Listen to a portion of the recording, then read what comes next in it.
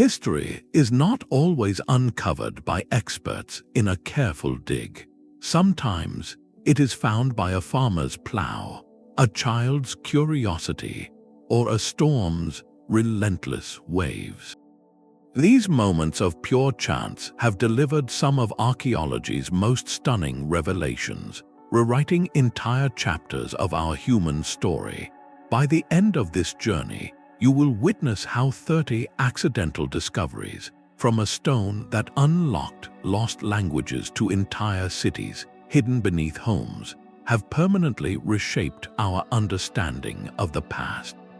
How could a shepherd searching for a lost goat stumble upon sacred ancient texts? What mysterious machinery lay forgotten on the ocean floor for 2,000 years? Each story is a testament to the unpredictable magic of serendipity, proving that the next great discovery might be waiting just beneath your feet. What forgotten world do you think might be lying in wait, discovered only by accident? That single slab of dark stone, pulled from the dusty fortifications by a soldier who knew he had found something unusual, would become the ultimate key. For centuries, the intricate symbols carved into Egyptian monuments were a beautiful but impenetrable mystery. Scholars could gaze upon the stories of gods and kings, but the language itself was silent, a locked door to an entire civilization's written record. The Rosetta Stone's magic lay not in its material, but in its message being repeated 3 times. One version was in ancient Greek, a language scholars already understood. Another was in Demotic, the common script of everyday Egyptian life. The third was the sacred pictorial hieroglyphs. This was the parallel text, the cipher that finally offered a way in. It was the work of a brilliant linguist, Jean-François Champollion, who dedicated years to the puzzle, eventually proving the hieroglyphs represented both sounds and ideas. His breakthrough did not come in a tomb or a temple, but from studying a stone found during a military repair job. In that moment, an entire world of thought, law, and belief, recorded for over 3,000 years, suddenly found its voice again. The pharaohs could speak. This was the power of a single chance find, a reminder that history's greatest secrets are sometimes hiding in plain sight, embedded in a wall, just waiting for someone to look a little closer. That stone gave voice to a silent language, but a far more silent army waited patiently in the dark for over 2 millennia. In the spring of 1974, several farmers in China's Shaanxi province were simply trying to solve a practical problem. Their village needed water, and so they began to dig a new well, their tools sinking into the dry, compacted earth. With each shovelful, they expected to find the damp promise of a water table. What they struck instead was something hard, something unyielding and strangely smooth. As they cleared the soil, a shape emerged, not a rock, but the curve of a shoulder, then the stoic, lifelike face of a clay soldier. In that moment, a routine chore ruptured the boundary between the present and an ancient, meticulously planned eternity. They had punctured the outer vault of the mausoleum complex of Qin Shi Huang, China's formidable first emperor, who unified the warring states. The farmers had found the vanguard of his Terracotta Army, a silent legion buried to protect him in the afterlife. Subsequent excavations revealed a staggering sight: thousands of life-sized warriors, chariots, and horses, each one individually crafted with astonishing detail. No 2 faces are exactly alike, suggesting they were modeled on real members of the emperor's army, an entire military division frozen in time.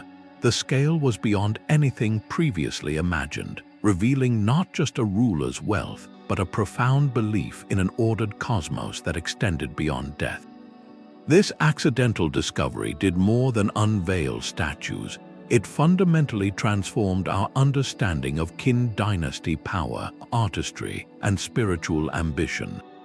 It showed how a community's search for a basic resource could unlock a forgotten world of imperial grandeur, turning a quiet field into one of the most revered archaeological sites on Earth. a place where every visitor now walks in the footsteps of those bewildered farmers, witnessing an army meant for one man found by sheer chance. While an emperor's silent army was meant to guard a single ruler for eternity, a different kind of guardian, a young shepherd simply looking for a stray goat, would stumble upon words meant to guide millions. The year was 1947, and the place was the stark, sun-bleached cliffs near the Dead Sea. Muhammad Ed-Di Hib, a Bedouin boy, was scrambling over the rocky terrain when he noticed one of his goats had wandered off.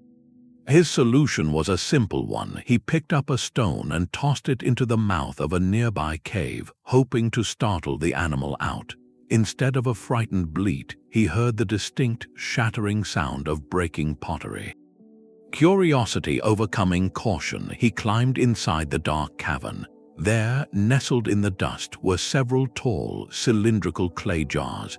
Inside them, protected from the relentless desert air, were bundles of ancient leather and papyrus, carefully rolled and preserved for 2,000 years. The young shepherd had no idea he was holding some of the most significant religious texts ever found. These were the first of the Dead Sea Scrolls, a vast library of manuscripts hidden away by a Jewish community centuries before, dating from the 3rd century before the Common Era to the 1st century of the Common Era. The scrolls contained biblical books like Isaiah, in copies 1,000 years older than any previously known, along with community rules, commentaries, and previously unknown writings. For scholars, it was like turning on a light in a room that had been dark for millennia, offering an unparalleled window into the world of Second Temple Judaism and the cultural backdrop of early Christianity. The text showed both remarkable consistency and fascinating variation, revealing a living, breathing tradition of faith and thought. All of this profound insight, this direct line to the spiritual struggles and hopes of an ancient people, came to light not through a planned expedition, but because a boy threw a rock into a cave, listening for a goat and finding instead the echo of history itself, perfectly preserved in the dry silence. While scrolls held the words of ancient faith, a different kind of scripture was waiting in the dark, written not in ink but in ochre and charcoal on stone. 4 teenage boys and their dog, Robot, were simply exploring a hillside in Montignac, France in September 1940. A storm had recently uprooted a pine tree, revealing a narrow, mysterious hole in the ground. When their curious dog vanished into that opening, the boys, armed with a makeshift lamp, widened the gap and climbed down into the unknown. What they found in the cool, silent cavern took their breath away. Flickering light from their lamp danced across the walls, illuminating a stunning gallery of animals that seemed to surge from the rock itself. Enormous bulls, galloping horses, and elegant deer, painted with a masterful understanding of form and movement, covered the surfaces. They had stumbled into the Lascaux caves, a place now called the Sistine Chapel of Prehistory. These were not crude sketches. They were sophisticated artworks created around 17,000 years ago by Paleolithic artists, a direct and vibrant line to the dawn of human creativity. The accidental discovery by these boys opened an unparalleled window into the minds of our ancient ancestors, revealing a people deeply connected to the natural world, capable of profound artistic expression and symbolic thought long before the invention of writing or agriculture. It was a powerful reminder that the urge to create, to leave a mark, is one of humanity's oldest and most fundamental instincts, and that sometimes the most profound connections to our past are made not by scholars with maps, but by the youthful spirit of adventure, led by a dog chasing a scent into the earth. The artistic genius of Lascaux revealed our ancestors' creative spirit, but another chance discovery would soon prove their scientific intellect was equally profound. A violent storm in the year 1900 forced a crew of sponge divers to seek shelter near the rocky Greek island of Antikythera. When the seas finally calmed, one diver, Elias Stadiotis, descended to scout for sponges and surfaced moments later, babbling in terror about a vision of corpses and horses strewn across the seabed. What he had actually found was the ghostly wreck of a Roman cargo ship resting for 2,000 years. Over the next year, salvage crews recovered a breathtaking haul of marble and bronze statues, glassware, and jewelry. Among these more obvious treasures was an unassuming, heavily corroded lump of bronze and wood, about the size of a large book, which was catalogued and largely forgotten. It seemed like just another piece of shapeless wreckage. Decades later, a curious researcher named Derek de Solla Price subjected the lump to X-ray analysis. The images revealed a revelation that sent shockwaves through the history of science. Inside that green, calcified crust was an intricate clockwork of at least 30 precise bronze gears, interlocking with a complexity unmatched for over 1,000 years. This was the Antikythera Mechanism, an ancient Greek analog computer of staggering sophistication. It was not a tool for war or commerce, but for understanding the cosmos. By turning a hand crank, its user could calculate the positions of the sun, moon, and planets, predict lunar and solar eclipses, and even track the cycles of athletic games like the Olympics. Its very existence rewrote the timeline of human ingenuity, proving that concepts of mechanical calculation and astronomical modeling, which we associate with the Renaissance, were alive in the Hellenistic world centuries before the Common Era. This single object, pulled from a shipwreck found only because of a storm, stands as a humbling testament to a lost zenith of ancient technology, a silent witness to a level of genius the sea patiently guarded until a diver, fleeing bad weather, happened to glance into the deep. The ancient Greeks' genius for mechanical calculation was rivaled only by their pursuit of ideal beauty, a pursuit literally rooted in the soil of a working farm. On the Aegean island of Milos in the year 1820, a farmer named Yorgos Kentrotas was not an archaeologist. He was a man tending to his land. His task was practical, perhaps clearing stones or digging for building materials, when his tools struck something far harder than earth.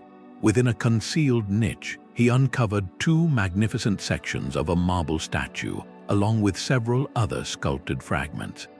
The pieces depicted a female form of such serene and powerful grace that even in its fractured state, its mastery was undeniable. Kentrotas had the presence of mind to recognize this was no ordinary find. He alerted French naval officers who were ashore on the island, setting in motion a chain of events that would see the statue carefully recovered, purchased, and transported to France. There, it was painstakingly reconstructed and given the name we know today, the Venus de Milo. This accidental agricultural discovery gifted the world with one of the most iconic embodiments of classical beauty, a figure that has defined Western artistic ideals for centuries. Her missing arms only add to her enigmatic allure, inviting endless speculation about her original pose. Was she holding an apple, a mirror, or the drapery that cascades so elegantly over her hips? The mystery is part of her power, that a farmer's routine labor could unearth such a pinnacle of human artistry is a profound reminder. It tells us that the benchmarks of our culture, the very symbols we hold up as timeless, were often not housed in grand temples awaiting discovery, but were lying in pieces just beneath the furrows of a field, waiting for a chance stroke of a spade to bring them back into the light and redefine what we consider beautiful. A butterfly's erratic flight can sometimes chart a course for all of humanity. In 1911, a German scientist named Wilhelm Catwinkel was not in East Africa to study human origins. He was an entomologist, utterly absorbed in the chase of a rare and beautiful butterfly. His focus was so complete on the fluttering insect that he failed to notice the ground suddenly dropping away before him. At the edge of a vast, sun-baked ravine in what is now Tanzania, he stumbled. As he scrambled to regain his footing, his hands clutched at the earth, and his fingers closed not around loose soil but around strange, stony shapes. They were fossilized bones, ancient and out of place. In that moment of literal tripping, the scientific trajectory of human paleontology was redirected. Catwinkle had accidentally discovered Olduvai Gorge. While his butterfly escaped, the site he uncovered would become the single most important chapter in the book of human evolution. Decades later, inspired by reports of that initial chance find, the legendary Leakey family began their systematic work in the gorge's deep layers. Their patience and dedication were rewarded with a series of staggering discoveries, most notably the remains of a species they named Homo habilis, or handy man. These individuals, who walked the earth nearly 2 million years ago, were found alongside the simple stone tools they crafted, providing the first clear evidence that toolmaking was a defining step in our journey. That single misstep by a butterfly hunter revealed a landscape that was essentially a slow, geological recording of our earliest ancestors, a place where the very ground beneath our feet is made of time itself.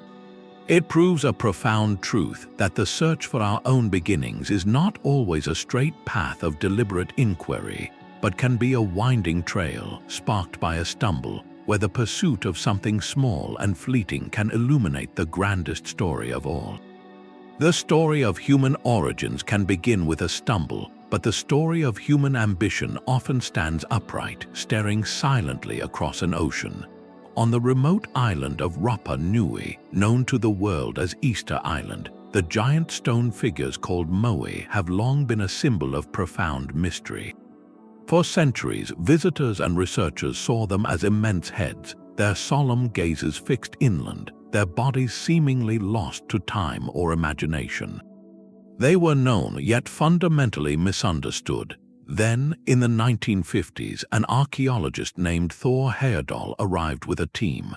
They were not looking for bodies, they were conducting planned excavations around the bases of several toppled statues. As their trowels carefully moved the earth, they uncovered something astonishing. The heads were not just heads at all. They were complete figures with long, powerful torsos buried deep in the ground, some adorned with intricate and previously unknown petroglyphs carved into their backs. This was an accidental revelation within a scientific mission, a reminder that the ground itself can be the greatest curator of secrets. The discovery instantly transformed the world's perception of these monuments.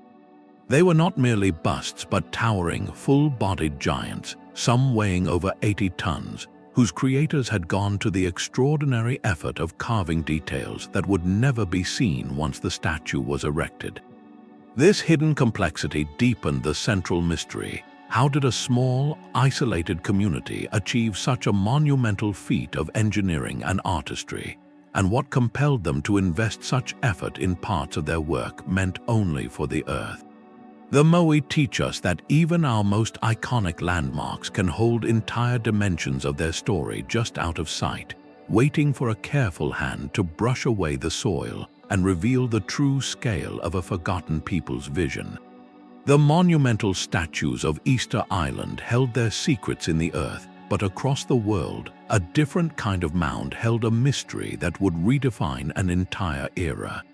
On a quiet estate in Suffolk, England, a series of low, grassy hills had long captured the imagination of the landowner, Edith Pretty. Inspired by local folklore and a deep personal curiosity, she decided in 1939 to finally learn what, if anything, lay beneath them. She hired a self-taught local archaeologist, Basil Brown, not for a grand expedition but for a simple investigation. With meticulous care, Brown began to excavate the largest mound. His trowel soon revealed something extraordinary, not just objects but the ghostly outline of a ship.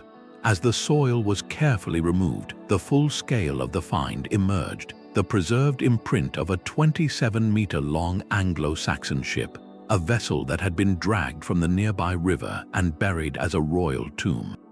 Inside this breathtaking time capsule from the early 7th century was a collection of treasures that left the archaeological world speechless. There was ornate gold jewelry set with garnets, ceremonial silverware from the Byzantine Empire, and the now iconic Sutton Hoo helmet, a masterpiece of iron and bronze with a haunting face mask. This was not a minor burial, it was the grave of a king, likely Redwald of East Anglia, a figure who existed at the crossroads of legend and history. The discovery, sparked by one woman's intuition and carried out by a dedicated local expert, utterly transformed our understanding of the so-called Dark Ages in England. It proved this period was not a cultural void, but a time of sophisticated artistry, far-reaching trade, and powerful kingdoms. The entire magnificent assemblage, a national treasure that reshaped the historical narrative, began not with a government mandate or a university grant, but with a private individual looking at the bumps on her land and daring to wonder what stories they might hold. The serene, grassy hills of Sutton Hoo spoke of kings and ships, but another kind of royal hunt, this one for a lost dog, would lead to an artistic revolution buried in a Spanish hillside. In 1868, a hunter named Modesto Cubillas was tracking game through the countryside near Santillana del Mar when his own dog vanished. Following the sound of frantic barking, he found the animal trapped in a narrow, hidden fissure among the rocks. As Cubillas worked to free his companion, he widened the opening and peered inside, discovering not a simple animal den, but the dark, gaping mouth of a substantial cave. He noted the odd entrance but, focused on his hunt, thought little more of it. The secret within would remain undisturbed for another decade, until the landowner, a local nobleman and amateur archaeologist named Marcelino Sanz de Sochuola, decided to investigate the curious cave on his property. He made a preliminary examination, finding animal bones and some simple markings, but the true wonder was still hidden in the shadows above. It was during a later visit in 1879 that the full miracle was revealed. Sochuola had brought his young daughter, Maria, just 8 years old. While her father methodically sifted through the floor sediment, Maria, unburdened by adult expectation, wandered further into the cavern with her own candle. It was then she looked up. In the flickering light, the low, bulging ceiling of the cave suddenly came alive with a breathtaking herd of animals. "Papa, look, bulls!" she cried out. What she had seen were not bulls, but something far more ancient and profound. A magnificent polychrome panorama of bison, painted in vivid reds, blacks, and ochres. They were dynamic, powerful, and astonishingly lifelike, some lying down, others charging, their forms expertly adapted to the natural contours of the rock. Sochuola was astounded. He immediately recognized these as works of immense skill and antiquity, likely created by prehistoric people. He published his findings, declaring them to be from the Paleolithic era. The academic establishment, however, reacted with fierce and dismissive skepticism. Leading experts of the day found the idea of Ice Age artists capable of such sophisticated, vibrant art to be preposterous, insisting the paintings must be modern forgeries. The weight of their authority crushed Sochuola's reputation, and he died a disappointed man, never seeing his belief vindicated. It was only years later, after the discovery of other painted caves like Lascaux, that the scientific consensus finally shifted. The cave of Altamira was authenticated as genuine, its artworks dated to over 14,000 years ago. Maria's innocent exclamation had been correct all along. Her child's eye view, free from preconceived notions of what ancient people could or could not achieve, had seen the truth painted plainly on the ceiling. This father-daughter discovery did more than add another gallery to prehistory. It shattered a deeply held bias about the primal nature of early humans, proving that the spark of genius, the desire to capture the beauty and vitality of the world, is an intrinsic part of the human story, a legacy waiting in the dark for a curious child to tilt her head and bring it back into the light. A child's discovery in a cave revealed an artistic revolution, but a simple walk along a creek bed in Texas would present a puzzle of a very different kind. In 1936, a couple was strolling near the town of London, Texas, when they noticed an oddity. A piece of weathered wood was protruding from what looked like a solid lump of rock, exposed along the bank of Red Creek.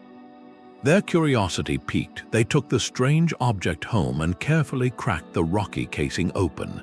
Inside was something that seemed impossible, a hammer with a well-formed wooden handle and a distinct iron head, seemingly fossilized within the stone itself. This object, which became known as the London Hammer or the Cretaceous Hammer, was not found in an archaeological dig. It was a chance discovery picked up during an afternoon walk. The controversy lies in its suggested age. Some independent analyses of the rock encasing the hammer have pointed to a mineralized layer that formed over 100 million years ago, a time in the Cretaceous period when, according to established science, humans did not exist and ironwork of this kind was utterly impossible. Mainstream archaeologists and geologists offer more conventional explanations, suggesting the hammer is a 19th century tool that fell into a mineral-rich creek bed, where a concretion, a hard, natural cement of minerals, formed around it relatively quickly.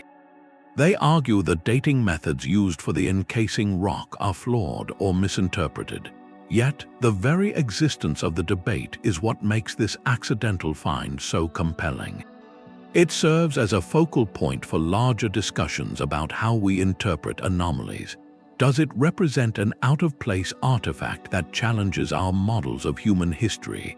Or is it a perfect example of how natural processes can create seemingly impossible scenarios? The London Hammer, regardless of its true origin, stands as a powerful symbol. It reminds us that the ground beneath our feet is not just dirt and rock. It is a vast, layered archive, and sometimes an ordinary walk can turn up an object so out of context that it forces us to question the very timeline we have so carefully constructed. While a hammer in Texas questions our timeline, an entire civilization's message was written so large it could only be seen by accident from the sky. For centuries in the arid plains of southern Peru, the land held a secret in plain sight. Local people walked across shallow, winding trails etched into the dark desert pavement, lines that seemed to lead nowhere. From ground level, they appeared as nothing more than faint, meaningless scars on the earth, easily dismissed as old paths or natural erosion. The truth, however, was waiting for a new perspective, one that humanity had never before achieved. That perspective arrived unexpectedly in the 1920s and 30s with the dawn of commercial aviation. Pilots navigating the coastal routes began to report something astonishing. As they looked down from their cockpits onto the Nazca Plateau, the seemingly random scratches coalesced into breathtaking, monumental forms. What emerged from that bird's eye view was a vast gallery of geoglyphs, massive drawings etched into the desert floor. There was a hummingbird with wings outstretched over 300 feet, a spider nearly 150 feet long, a sinuous monkey with a spiraling tail, and precise geometric shapes stretching for miles across the pampa.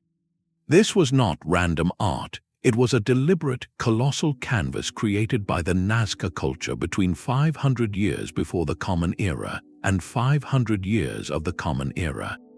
The technological accident of flight revealed a wonder that ground-based exploration had completely missed. The method of creation was ingenious in its simplicity. The Nazca people removed the top layer of dark, sun-baked pebbles to expose the lighter, sandy soil beneath, creating lines that have endured for millennia in the rainless climate. But the why remains one of archaeology's most enchanting puzzles. Were these sprawling figures astronomical calendars aligned with celestial events? Were they sacred pathways for ritual processions walked by priests to communicate with deities, or could they have been offerings to gods in the sky meant to be seen from above? The very scale of the endeavor speaks to a profound cultural drive, a need to make a permanent mark on the world that would transcend generations.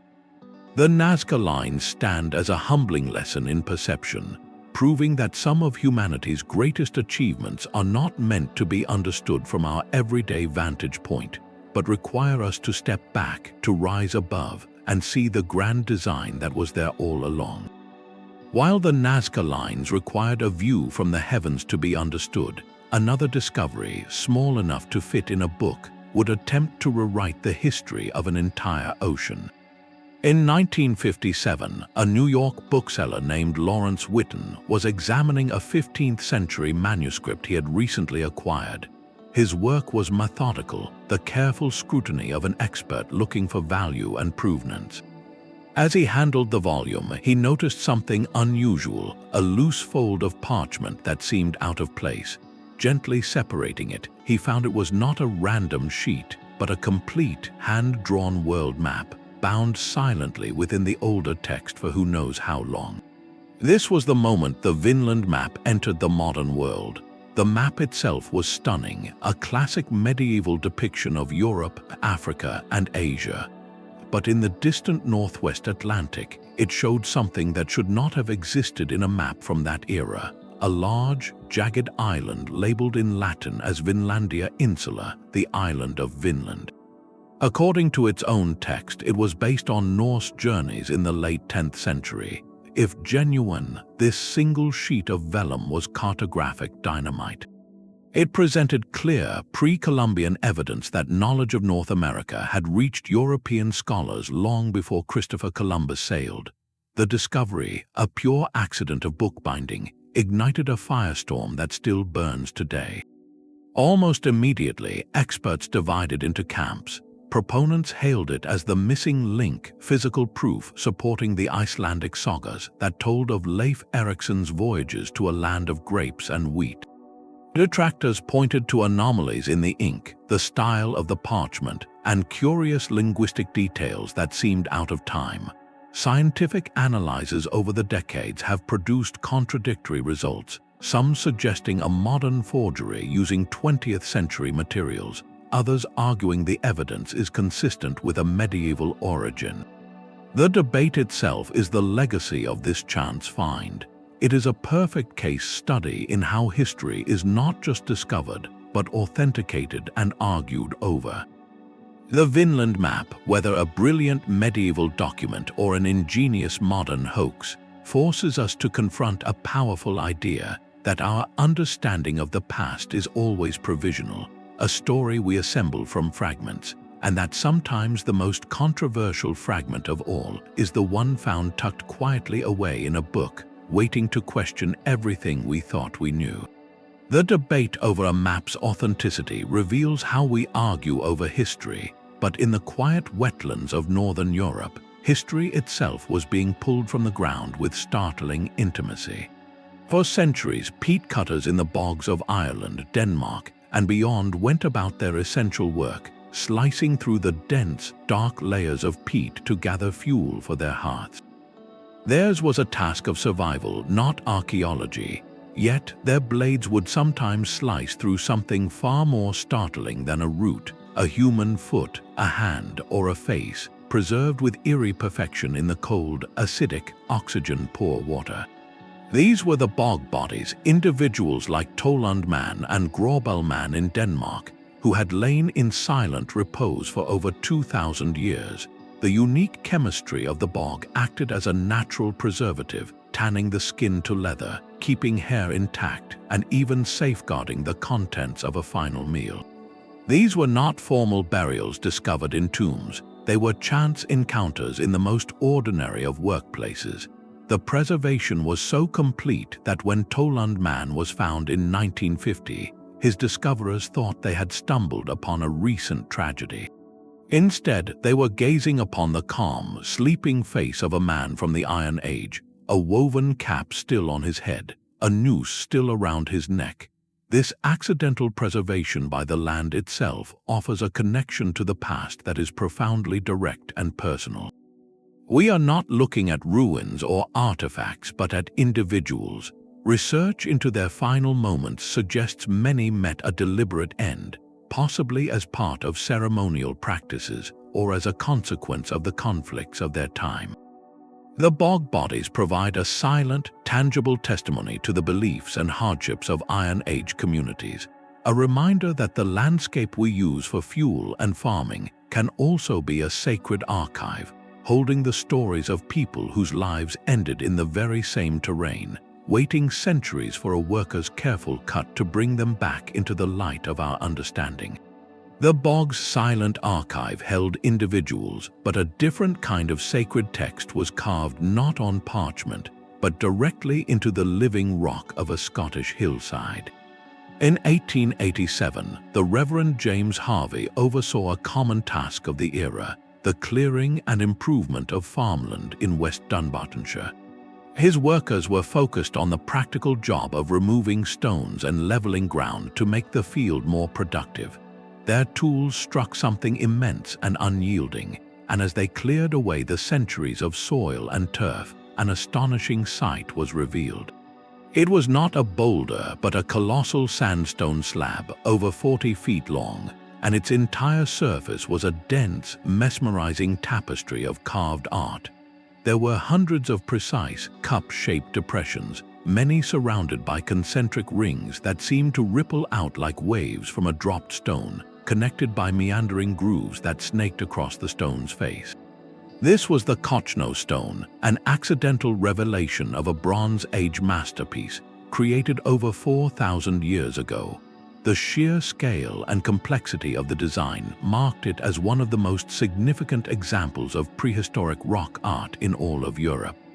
For Reverend Harvey and those workers, it must have been a bewildering moment to be engaged in an act of modern agricultural progress, only to uncover a spiritual landscape from a world utterly forgotten. The meaning of these symbols remains one of prehistory's great puzzles. Were they maps of the stars or the surrounding territory, a representation of a spiritual journey or a cosmic vision? Perhaps they were a communal site for rituals, where the very act of pecking the rock held profound significance. The stone's modern story is a testament to both reverence and conflict with the present. After being studied and even painted for clarity by researchers in the 1930s, it faced damage from vandalism and encroaching urban development. In a poignant act of preservation, archaeologists made the difficult decision in 1965 to rebury the entire stone, returning it to the earth that had hidden it for millennia, protecting its mysteries for a future generation. Only in very recent years has it been carefully uncovered again for study, using modern technology like three-dimensional scanning to record its every detail without harm. This cycle of discovery, protection, and rediscovery speaks volumes. It reminds us that the land we cultivate, build upon, and walk across every day is often a palimpsest, a layered document where ancient sacred geographies lie just beneath the surface, waiting for a plow, a shovel, or a curious mind to reveal the artistry of our deepest past. The artistry of the Cochno Stone was carved for eternity, but another kind of treasure was resting silently on the floor of the Mediterranean Sea, waiting for a single curious glance. In 1982, a Turkish sponge diver named Mehmet Sakir was engaged in his daily work off the rugged coast near Kaş. His eyes were trained to scan the blue depths for the dark shapes of sponges, but on this particular dive, he saw something entirely different. Scattered across the sandy bottom were what he later described as strange metal biscuits with ears.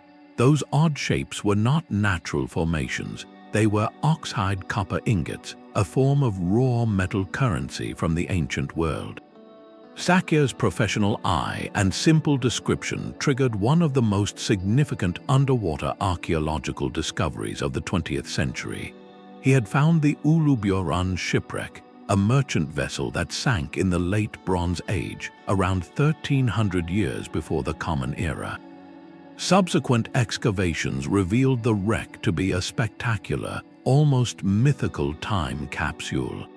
The seabed was a scattered museum of international commerce, containing not just those copper and tin ingots, the raw materials for bronze, but also a breathtaking array of luxury goods, elephant tusks, cobalt blue glass ingots from Mesopotamia, amber from the Baltic, ebony from Africa, and exquisite gold jewelry. Here was the cargo of a single ship that connected empires, from the Mycenaean Greeks to the Canaanites and Egyptians. This accidental discovery, made by a man simply doing his job, provided physical, tangible proof of a complex and far-flung Bronze Age trade network that historians had only theorized about from scattered texts. It showed the Mediterranean not as a barrier, but as a vibrant, interconnected highway of culture and commerce, where a storm could send a king's ransom to the bottom, preserving it for a diver's keen observation over 3 millennia later. A shipwreck revealed a network of Bronze Age trade, but an entire city's vibrant life was captured in a single, catastrophic moment. The island of Santorini, with its dramatic cliffs and caldera, holds a secret beneath its picturesque soil. In 1967, archaeologist Spiridon Marinatos arrived with a specific theory to test. He believed the colossal eruption of the island's volcano, known as Thera, in the 17th century before the Common Era, had directly contributed to the decline of the mighty Minoan civilization on Crete. His excavations at a site called Akrotiri were a deliberate scientific endeavor, a search for evidence. What his team uncovered, however, was a revelation that far surpassed any expectation. As they dug, they did not find scattered ruins. Instead, they found an entire town frozen in time. The same volcanic ash that brought devastation had acted as a perfect sealant, entombing Akrotiri in a thick, protective layer. This was not a city crushed, but a city preserved, a Mediterranean Pompeii from 1,000 years earlier. The ash had safeguarded multi-story buildings with their windows and staircases intact, along with pottery, furniture, and even traces of the ancient inhabitants' last meals. But the true accidental marvel was on the walls. As the archaeologists carefully cleared the pumice, vibrant colors began to emerge. They were frescoes, wall paintings of such life and sophistication that they took the breath away. Here were not simple patterns, but entire narratives painted in mineral pigments. A fleet of ships sails on a ceremonial journey, their sails billowing. 2 young boys, known as the Boxing Boys, engage in sport with an almost palpable energy. Most breathtaking of all is the spring fresco, a panoramic landscape of rolling red and yellow hills dotted with blooming lilies, a celebration of the natural world that feels both ancient and instantly familiar. These were not the solemn, formal artworks of tombs or palaces, but the living decoration of homes depicting the daily life, rituals, and environment of the people. Marinatos had hoped to find proof of a disaster, and he did. But the ash that recorded the disaster also performed a miracle of preservation, gifting us with a vivid, colorful, and deeply human snapshot of Cycladic life at its zenith, just before the sky fell in. It is a poignant reminder that sometimes the very force that ends a story can also become the means of its telling, preserving a world in stunning detail for archaeologists to discover, not in fragments but in full, radiant color. A field in Staffordshire held a different kind of story, one written not in stone or ash, but in shimmering gold. Terry Herbert was an amateur enthusiast with a metal detector, enjoying his hobby on a friend's recently plowed farmland in July 2009. The field was ordinary, a place of crops and soil, but Herbert's machine began to sing with an insistent, promising frequency. What he first pulled from the earth was a single, twisted piece of gold, decorated with intricate patterns. Then another and another. Within days, it became clear this was no isolated coin or dropped brooch. Terry Herbert had stumbled upon a king's ransom, a breathtaking collection of Anglo-Saxon war gear buried for over 1,300 years. The Staffordshire Hoard, as it came to be known, was a staggering assemblage of over 3,500 items, almost all of it martial finery. There were exquisitely crafted sword pommels, hilt fittings, and helmet decorations, fashioned from gold and silver and inlaid with garnets. This was not a collection of coins or domestic treasure, but a hoard of military status, likely stripped from the weapons of defeated warriors or offered as tribute. The artistry was sublime, featuring intricate interlacing patterns and stylized animals, a visual language of power and identity from the turbulent 7th century. This accidental discovery by a dedicated hobbyist did more than unveil beautiful objects. It fundamentally recalibrated our understanding of Anglo-Saxon craftsmanship and warfare. The sheer quantity and quality of the goldwork proved that the elite warriors of this era were adorned with a level of wealth and artistic sophistication that written records had only hinted at. It spoke of a society where the sword was not just a tool of conflict, but a sacred object, a canvas for a culture's highest artistic expression, and a symbol of a leader's divine right to rule. The hoard's burial remains a mystery. Was it hidden for safekeeping during a time of conflict, or was it a ritual offering to the gods of war? Whatever its original purpose, its legacy is clear. It stands as a radiant testament to a pivotal age, found not in a tomb or a fort, but in the turned soil of a farmer's field, revealed by the persistent curiosity of one man and the quiet hum of a metal detector. Gold from a king's war chest spoke of power, but a farmer's simple request would uncover a treasure of domestic life and quiet wealth. In the autumn of 1992, a Suffolk farmer named Peter Watling was finishing his work in a field near the village of Hoxne. He packed up his tools only to realize his favorite hammer was missing. Annoyed but practical, he knew just who to call. His friend Eric Laws was not a professional archaeologist. He was a retiree with a passion for metal detecting. Laws agreed to help, seeing it as a friendly favor and a chance to enjoy his hobby. He began a methodical sweep of the area where the hammer was last seen. Almost immediately, his detector emitted a faint, promising signal. Expecting to find the lost tool, Laws dug down a few inches. His trowel did not strike iron, but something that glinted dully in the English light. It was a silver spoon, then another, and then, as he widened the hole, a cascade of gold and silver coins began to spill into his hands. In that stunned moment, the search for a common hammer vanished, replaced by the breathtaking reality of a Roman fortune. What Laws had accidentally located was the Hoxne Hoard, a collection of staggering opulence buried in a wooden chest over 1,500 years earlier, near the end of Roman rule in Britain. The hoard contained nearly 15,000 gold and silver coins, along with exquisite jewelry, delicate silver tableware, and even a rare gold body chain. This was not the loot of war, but the carefully gathered wealth of a prosperous family, perhaps hidden in a time of rising uncertainty as the empire's hold on the province weakened. Every item was of the highest quality, speaking of refined taste and daily luxury in a distant corner of the Roman world. The beautiful irony was that the entire discovery hinged on a single, mundane modern object. Eric Laws did indeed find Peter Watling's hammer, but only after he had first uncovered an emperor's ransom.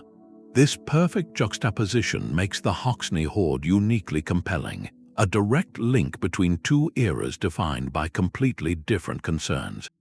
A man's minor irritation over a misplaced tool led directly to the revelation of another family's major decision to safeguard their most precious possessions.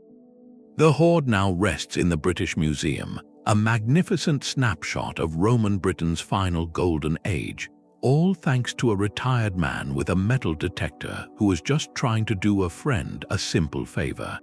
The search for a lost hammer uncovered a Roman family's savings, but sometimes the earth seems to conceal objects that defy any simple explanation. In the dry foothills of California's Coso Mountains in 1961, a trio of rockhounds were enjoying their hobby, searching for the beautiful crystalline geodes prized by collectors. Their eyes scanned the ground for the telltale round shapes of these geological treasures. When they found a particularly promising nodule, they took it back to their shop and carefully cut it open, expecting a cavity glittering with quartz or amethyst crystals. What they found inside was nothing of the sort. Embedded within the hard, layered rock was a small, mechanical-looking object. It consisted of a ceramic cylinder with a central metal rod, surrounded by a hexagonal metallic collar, all connected to what appeared to be a rusted iron shaft. To their astonishment, it looked for all the world like a 20th century spark plug, perfectly encased in what seemed to be ancient stone. They had discovered what would become known as the Coso Artifact.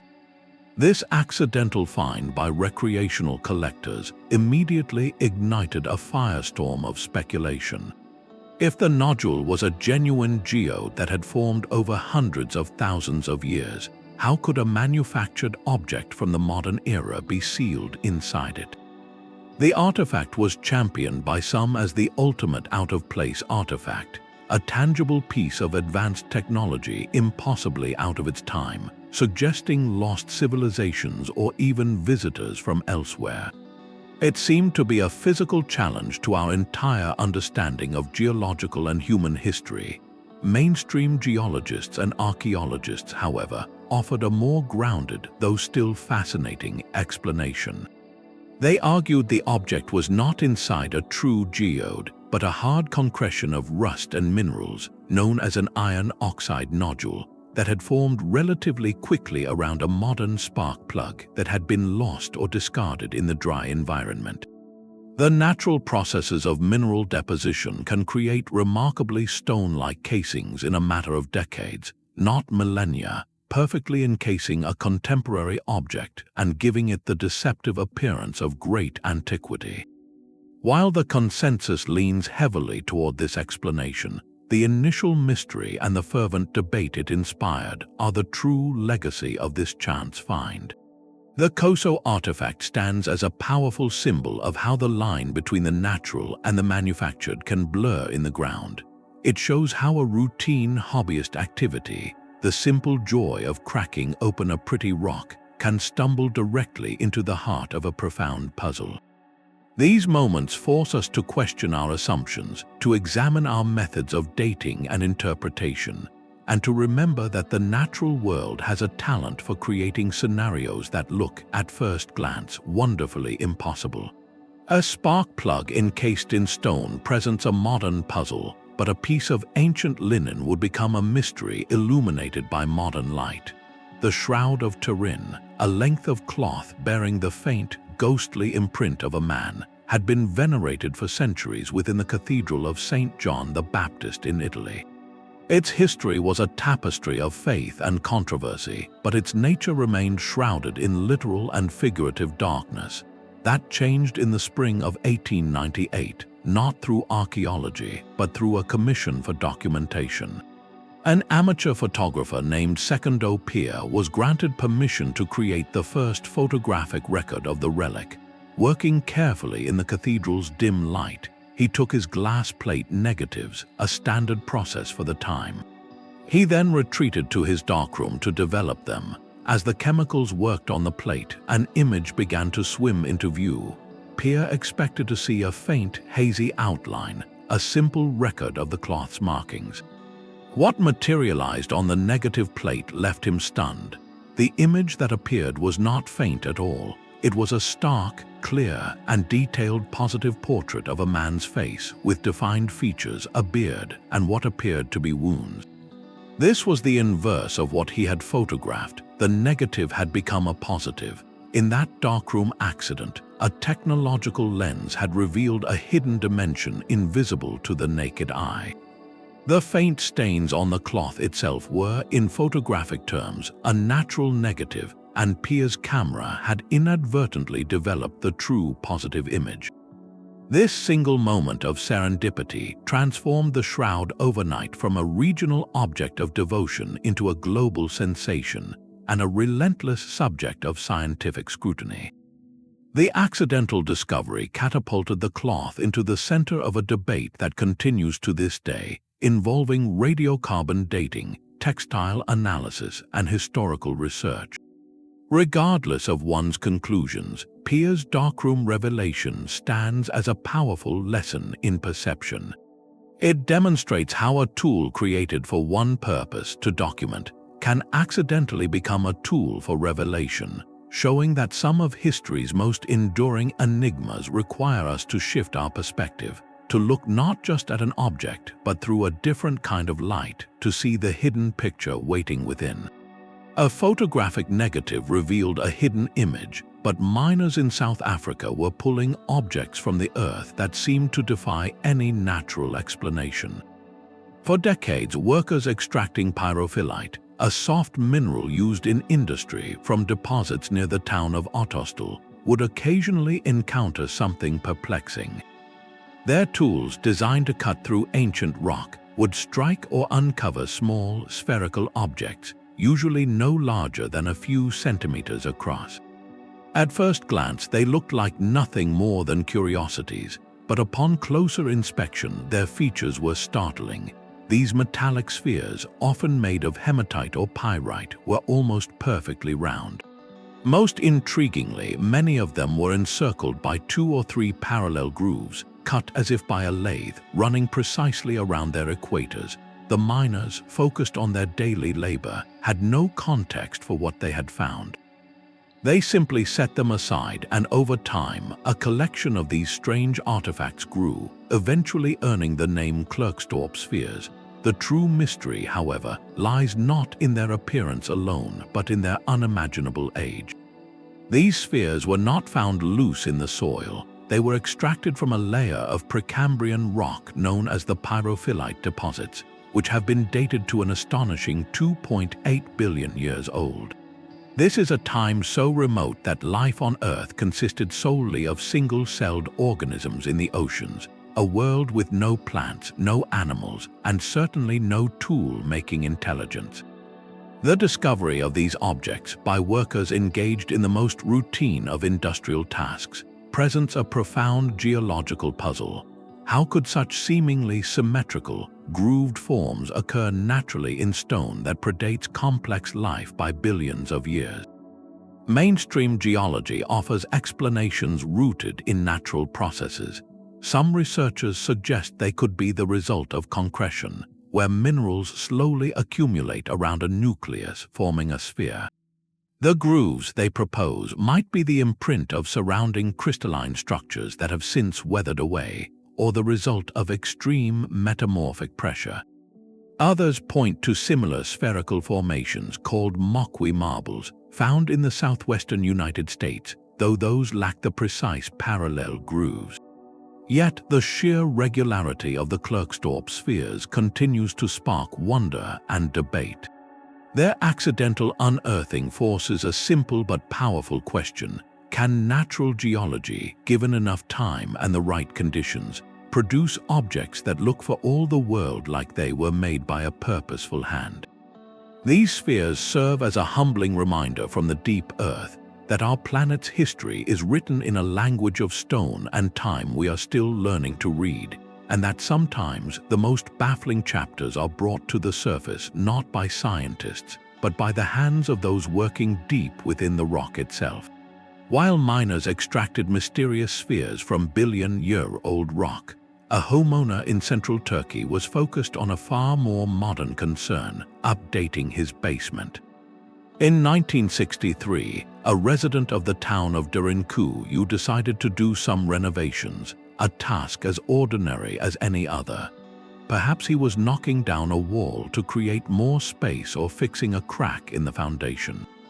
But when his hammer struck, the wall did not just crumble, it gave way to a void, a dark, cool emptiness where there should have been solid earth. Curiosity led him to widen the hole, and he peered into not just a hidden room, but the beginning of an unimaginable labyrinth. What began as a simple home improvement project had accidentally ruptured the boundary between the 20th century and a secret, engineered world from the distant past. The homeowner had discovered the entrance to the Denisovan underground city. As archaeologists and officials explored further, they were met with a sight that defied belief. This was not a single shelter or a few connected caves. It was a vast vertical metropolis carved with astonishing precision into the region's soft volcanic rock, known as tuff. The city descended for over 200 feet, comprising at least 18 discovered levels, though many passages remain blocked or unexplored. It was a fully functional refuge, capable of housing an estimated 20,000 people along with their livestock and supplies. The engineering was breathtaking in its foresight. There were living quarters, stables, churches, wine and oil presses, communal kitchens, and even sophisticated ventilation shafts that supplied fresh air to the deepest chambers. Massive circular stone doors weighing up to a ton could be rolled across key passageways from the inside, sealing the inhabitants safely away from any threat above ground. This was not a haphazard hideout. It was a planned, self-sustaining ecosystem designed for long-term survival. Historians believe the city was expanded over centuries, with its earliest origins possibly dating back to the 8th century before the Common Era, and it saw extensive use during the Byzantine era as a refuge from invading armies and regional conflicts. The sheer scale of Derinkuyu transforms our understanding of ancient community planning. It speaks of a people who looked not to the horizon for protection, but deep into the earth itself, investing generations of labor to carve out a place of safety. The most profound thought, however, is one of proximity. For centuries, families in Derinkuyu lived their daily lives, cooked their meals, and raised their children in homes built directly atop this silent, stone-scaled universe. Their floors were its ceiling.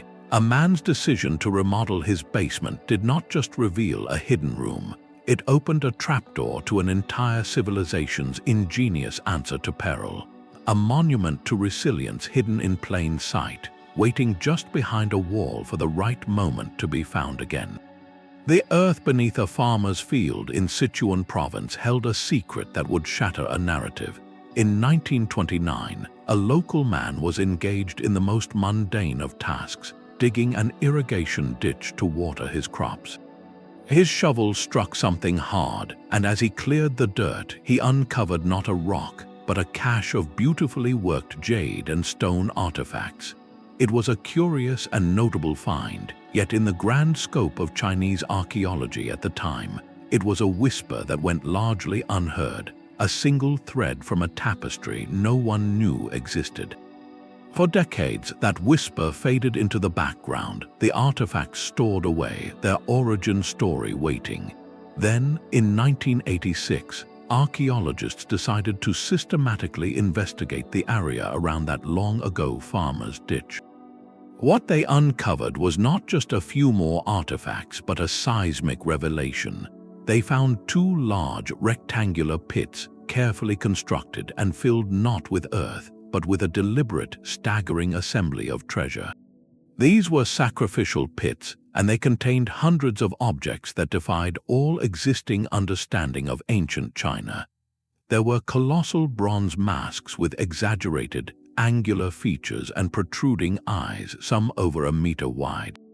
There were towering bronze statues of slender, elegant figures, one standing over 2.5 meters tall. There were trees of bronze with birds and blossoms, intricate animal sculptures, and discs of gold foil so thin and large they might have been ceremonial regalia. The artistic style was utterly alien, bearing no resemblance to the familiar, more naturalistic bronzes of the contemporaneous Shang dynasty to the north.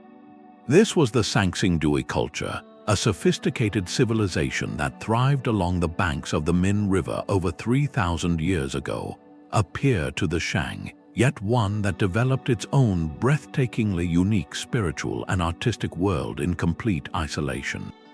The technology was itself a marvel. The bronze casting of such massive, thin-walled objects demonstrated a mastery of the craft that still astonishes metallurgists today. This accidental discovery, begun by a farmer's ditch and completed by curious archaeologists, did more than add a new chapter to Chinese history. It inserted an entirely new volume. It proved that the cradle of Chinese civilization was not a single story, but a chorus of distinct, powerful voices. The Sanxingdui Bronzes stand as silent, majestic ambassadors from a world we never knew was there, a civilization that rose, created wonders of unimaginable scale, and then vanished, leaving behind only these buried offerings, waiting millennia for a simple shovel to break the ground and reintroduce them to the light of history. A civilization's unique artistry can vanish, leaving only cryptic clues behind. In the world of rare books, the most profound mysteries are not always about lost texts, but about texts that are found and yet remain utterly lost. This was the case in 1912, when a Polish book dealer and collector named Wilfrid Voynich traveled to Italy. His profession was the hunt for forgotten volumes, and he had arranged to purchase a batch of old manuscripts from the Jesuit college at the Villa Mondragon. It was a business transaction, an acquisition among many, but within that lot was a single volume that would eclipse all others. The book was a codex, a bound manuscript from the 15th century, and it was unlike anything Voynich or any scholar had ever seen. Its pages, made of fine vellum, were filled from edge to edge with an elegant, flowing script composed of strange, unknown characters. Alongside this baffling text were hundreds of intricate illustrations, painted in rich greens, blues, and reds. They depicted bizarre botany, plants with impossible leaves and roots, astrological charts featuring unfamiliar constellations, and networks of pipes and baths containing small, nude female figures. The entire work was a masterpiece of mystery, a beautiful artifact that presented a tantalizing, silent narrative. Voynich had accidentally acquired what would become known as the Voynich Manuscript, a book that has stubbornly resisted decipherment for over a century. Its discovery was a pure accident of the antiquarian trade, a single peculiar volume hiding within a larger, unremarkable collection. From the moment it entered the public eye, it became an irresistible puzzle. World War II codebreakers, modern linguists, computer scientists, and amateur sleuths have all taken up the challenge, applying every conceivable analytical method. Some have claimed to find patterns suggesting a real but unknown language. Others argue it is an elaborate hoax, a meaningless construction designed to deceive a wealthy patron. Yet, despite these efforts, the manuscript's code remains unbroken. Its very existence is a profound statement about the limits of our knowledge. Here is a physical object, a book we can hold and see, whose every page is dense with intentional communication, and yet its message is completely inaccessible to us. It is a locked door without a key, a beautiful song played in a frequency we cannot hear. The Voynich Manuscript stands as the ultimate literary ghost, a reminder that the past does not always surrender its secrets, and that sometimes the most baffling puzzles are not buried in tombs or caves, but sitting quietly on a shelf, waiting for a collector's discerning eye to pluck them from obscurity and present their beautiful, silent enigma to the world. A manuscript's silent code represents one kind of mystery, but a set of simple clay jars posed a question that seemed to hum with a different kind of energy. In 1936, workers were digging foundations for a new railway line near Baghdad, a project of modern progress cutting through layers of ancient soil. Their shovels struck something unexpected, not grand statues or gold, but a collection of rather unassuming objects. There were several terracotta jars, each about the size of a hand, sealed with asphalt. Inside each jar was a rolled copper cylinder, and within that cylinder, an iron rod. To the untrained eye, they looked like odd storage containers, perhaps for sacred scrolls or herbs. But when they came to the attention of a German archaeologist named Wilhelm Koenig, he saw something far more intriguing. He noted that if the jars were filled with an acidic liquid, like vinegar or grape juice, the arrangement of dissimilar metals immersed in an electrolyte could produce a small electrical charge. He had, it seemed, found ancient batteries, These artifacts, dated to the Parthian or Sasanian period around 2,000 years ago, were promptly and provocatively named the Baghdad Battery. The idea was revolutionary and instantly controversial. Could an ancient civilization have harnessed electricity for practical purposes? Some researchers have suggested a compelling, though subtle, application: electroplating. A weak current from such a cell could be used to deposit a thin layer of gold or silver onto another metal object, a form of gilding that would explain the exquisite, micron-thin gold layers found on some artifacts from the region. It is a tantalizing hypothesis, one that paints a picture of craftsmen in dim workshops using the principles of electrochemistry to adorn precious objects. Yet the true purpose of these jars remains an open debate. Skeptics offer alternative explanations: that they were sacred vessels for storing scrolls, with the iron and copper serving a ritualistic rather than a practical function, or simply containers for holding precious materials. The asphalt seal, they argue, was just that, a seal. What makes this accidental discovery during a railway dig so profoundly important is not that it provides a definitive answer, but that it asks a brilliant question. It forces us to reconsider the ceiling of ancient innovation. We are comfortable attributing great art, architecture, and astronomy to past cultures, but the subtle manipulation of natural forces for chemical transformation feels distinctly modern. The Baghdad batteries, whether they were functional cells or not, symbolize a tantalizing possibility, a thread of investigative thought and experimentation that may have existed outside our standard historical narrative.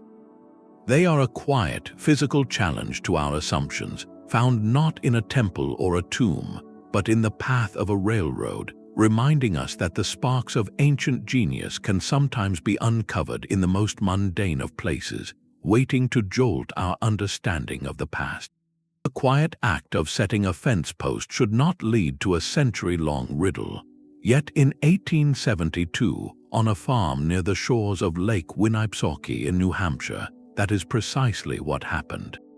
Workers were digging a routine hole, their task focused on property lines and pasture, when their tools struck something far harder than New England soil.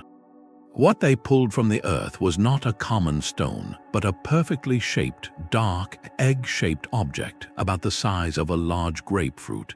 It was immediately clear this was no accident of geology. The stone was meticulously carved and polished, a deliberate artifact. One end was etched with a face, the other with an inverted teardrop shape, and around its middle ran a band of strange symbols, including arrows, a moon, a spiral, and what looked like a teepee. Most baffling of all were the holes drilled cleanly through it from top to bottom and side to side, holes that were perfectly cylindrical and smooth, as if made by a modern tool. This was the Lake Winnipesaukee Mystery Stone, an object that arrived in the present with no past. Its discovery in a fence post hole, a moment of pure chance during the most mundane labor, launched a puzzle that remains unsolved. Who made it and for what purpose? The stone seems to belong everywhere and nowhere. Some theories point to local Native American cultures, perhaps as a ceremonial object or a treaty marker. Others, noting the spiral and face motifs, have suggested a much more distant origin, proposing it could be evidence of pre-Columbian contact with Celtic travelers from across the Atlantic. There is even speculation it could be an elaborate Victorian-era hoax, a scientific curiosity crafted to bewilder. The truth is, every explanation encounters a problem. The stone's combination of symbols does not match any single, known cultural tradition definitively. The precision of its drilling is startling for any pre-industrial society, yet its discovery context offers no clear archaeological layer to date it. It is an orphan of history, a beautiful and frustrating outlier. This single object, found because someone needed to build a fence, stands as a monument to a different kind of discovery. It is not a key that unlocks a grand narrative, but a quiet, persistent question mark carved in stone. It proves that sometimes the earth yields not answers, but enigmas that fuel local legend and scholarly debate in equal measure, reminding us that the ground beneath a simple post can hold a mystery polished smooth by time, waiting only for a shovel's edge to set it free. A polished stone egg from New Hampshire presents a solitary mystery, but across the Atlantic, a single, peculiar shape began to surface again and again. From the ploughed fields of Britain to the riverbanks of Germany and the vineyards of France, a curious pattern emerged from the soil. Farmers tilling their land, construction crews breaking ground for new foundations, and hobbyists sweeping metal detectors over pastures would all, from time to time, uncover the same baffling artifact. It was a small, hollow object cast in bronze, no larger than a clenched fist. Its form was geometric perfection, a dodecahedron with 12 flat pentagonal faces. Each face contained a circular hole of a different diameter, and at each of its 20 corners sat a small knob.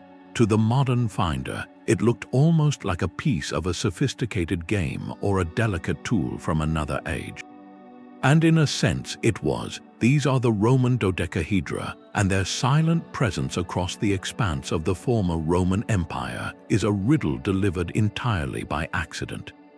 Over 100 of these intricate objects have been recovered, yet not a single reference to them exists in any known Roman text, fresco, or mosaic. They are ghosts in the archaeological record, physically present but contextually absent. Each discovery was a moment of individual surprise, a farmer's plow snagging on bronze, a detector's chirp signaling buried metal. But collectively, these scattered chance finds weave a unified mystery that stretches from the Scottish borders to the Danube River. The consistency of their design is startling, suggesting they served a specific, widely understood purpose, yet one that was either so commonplace it needed no explanation, or so specialized it was kept secret. The theories proposed are as varied as the sites where they were found. Could they have been gauges for calibrating the size of pipe or stonework? Perhaps they were ritual objects used in spiritual practices, their different hole sizes relating to celestial measurements. Some suggest they were decorative candlestick holders, or even the central piece of a knitting device for crafting gloves. The most enduring idea is that they were used in a game, a sort of thrown dice for a pastime now completely forgotten. The very lack of a definitive answer is what gives these objects their enduring power. They are a direct tactile link to the daily life of the Roman world, yet they withhold the key to their own function. They remind us that an empire is not just built on legions and laws, but on a million small, quiet practices, crafts, and diversions. The Roman dodecahedra, found by accident over centuries, stand as a humble testament to the gaps in our knowledge. They prove that sometimes the past does not shout its secrets from grand monuments, but whispers them through small, enigmatic objects left in the earth, waiting for a chance encounter to ask us a question we still cannot answer.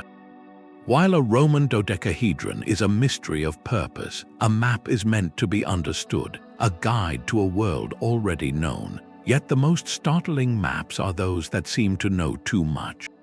In 1929, a group of scholars was engaged in the quiet, systematic work of cataloging the vast imperial library of Istanbul's Topkapi Palace. Their task was one of preservation and order, turning forgotten stacks into a curated collection. Among the countless manuscripts and documents, one item initially seemed like just another historical curiosity, a large fragment of a world map beautifully drawn on gazelle skin. It was signed by an Ottoman admiral and cartographer named Piri Reis and dated to the year 1513. The catalogers had accidentally rediscovered a document lost to the world for centuries. But as they studied it, a deeper wonder emerged. The map, compiled just 21 years after Christopher Columbus's first voyage, depicted the Atlantic with a startling breadth. It showed not only the western coasts of Europe and Africa, but also the eastern coast of South America with a remarkable degree of accuracy. Most controversially, some researchers looking at the southern portion of the map believed they could see a landmass extending from below South America, a coastline that bore a curious resemblance to the continent of Antarctica, a land that would not be officially discovered by European explorers for another 300 years. The immediate question was both thrilling and perplexing. How could a 16th century Ottoman admiral possess such precise geographical knowledge? Piri Reis himself provided a clue in the extensive notes on the map. He wrote that he had consulted numerous source maps, including some that were very old, and even one used by Christopher Columbus. This admission opens a door to a labyrinth of possibilities. Did he have access to ancient cartographic knowledge, perhaps from the library of Alexandria or Phoenician seafarers, that had been preserved and passed down through the centuries? Could the southern land be a misinterpretation, a mismapped extension of Patagonia, or a symbolic representation of a mythical southern continent? The debate ignited by this chance library find is a perfect storm of history, mystery, and modern interpretation. It forces us to reconsider the flow of knowledge in the age of exploration, suggesting it was less a sudden European awakening and more a complex tapestry woven from many threads, some of which are now lost. The Piri Reis map, pulled from obscurity during a routine inventory, does not offer easy answers. Instead, it offers a breathtaking question, etched on fragile skin, about how much the Old World truly knew of the New World, long before the history books say they could have. A single bone fragment, no larger than a fingertip, sat quietly in a storage box for months. It was recovered during a planned excavation of Denisovan cave in Siberia in 2008, a site already famous for its Neanderthal artifacts. To the archaeologists who found it, this tiny piece seemed unremarkable, perhaps just another fragment from a known human ancestor. It was catalogued and set aside, its true story completely invisible to the naked eye. The monumental accident was not in its discovery, but in what happened next. A researcher decided to subject the fragment to a new kind of analysis, one that could read the genetic code still preserved within its ancient structure. This was not a tool available to the pioneers of archaeology. It was a technological accident of timing, a convergence of discovery and emerging science. The results were nothing short of revolutionary. The DNA told a story that the bone's shape could not. It belonged to an entirely new branch of the human family, a distinct species now known as the Denisovans. This was not a Neanderthal, nor was it us. It was a separate thread in the tapestry of human evolution, one that had been completely lost to history until that genetic key turned in the lock. The implications rippled out across the map of our past. Further research revealed that modern humans outside of Africa carry traces of Denisovan DNA, proof of ancient interbreeding. Their genetic legacy is strongest in populations across Asia and Oceania, suggesting they were once widespread and adaptable. That insignificant bone fragment, a chance candidate for a new scientific test, rewrote the entire narrative of human migration and interaction. It proved that the most profound discoveries are not always made in the field with a brush, but later in a sterile lab with a sequencer. The true significance of what we unearth can lie dormant for years, waiting for the right moment, the right question, and the right technological accident to awaken it, reminding us that our own story is far more complex and intertwined than we ever dared to dream. These threads of chance, woven through 30 separate tales, reveal a tapestry far grander than any single find. The pattern is unmistakable. Serendipity is not a mere footnote in the story of science. It is a central character, a fundamental engine that drives our understanding of the world forward. Time and again, the veil between the present and the past has been torn not by a carefully aimed trowel, but by a shepherd's tossed stone, a farmer's plow, a diver's glance into the blue. These moments share a common birthplace, the fertile ground where ordinary human routine intersects with the extraordinary depth of time. A man digs a well for water and finds an army. A boy chases a goat and finds sacred texts.